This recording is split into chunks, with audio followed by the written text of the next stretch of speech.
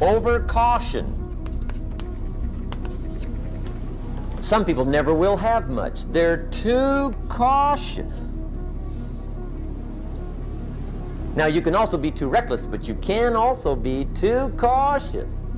This is called the timid approach to life. And my caution was always the risk. Risk used to drive me right up the wall. I used to say, what if this happens? It's called the language of the poor. What if this happens? And on top of that, if this was to happen, look at the fix I'd be in. I better not try. I could always ace myself out. Then I'll tell you what changed my whole life when I finally discovered it's all risky.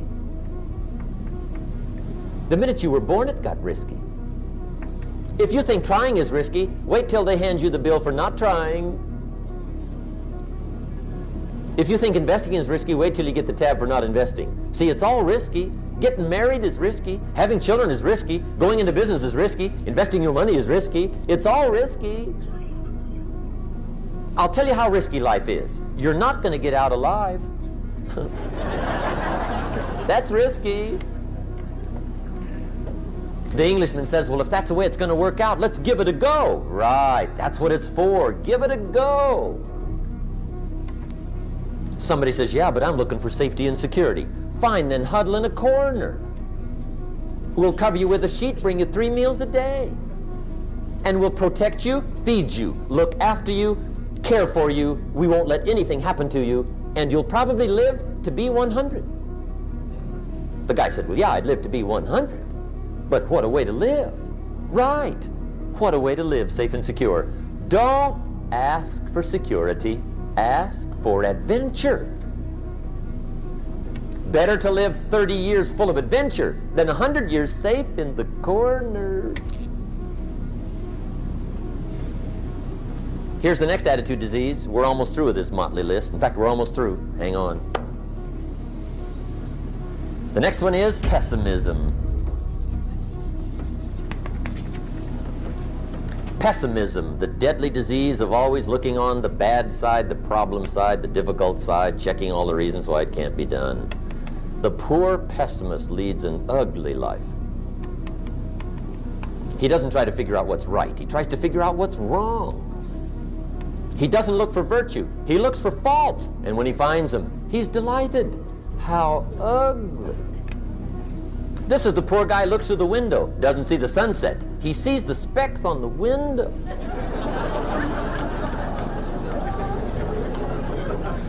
And this is the poor guy, right, who rushes up, takes such leave of his senses. This guy rushes up and he says, I've got 5 good reasons why it won't work. He's so dumb he doesn't know all he needs 1. He's got 5.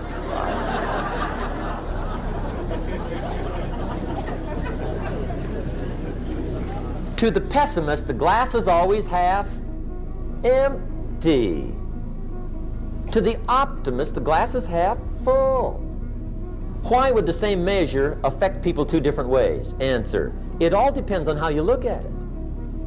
Our lives are mostly affected by the way we think things are, not the way they are. The way we think they are affects us most. There's a subject we don't have time to get into tonight called better thinking habits. One of the major things Shoaff taught me when I met him, he said, poor thinking habits keeps most people poor. Not poor working habits. Most people work hard, but they don't think hard. And Shoaff taught me that the mind is like a factory, a mental factory. And whatever you think about all day long pours ingredients into this mental factory. And that's what builds the economic, social, financial fabric of your life. As you think, so you become.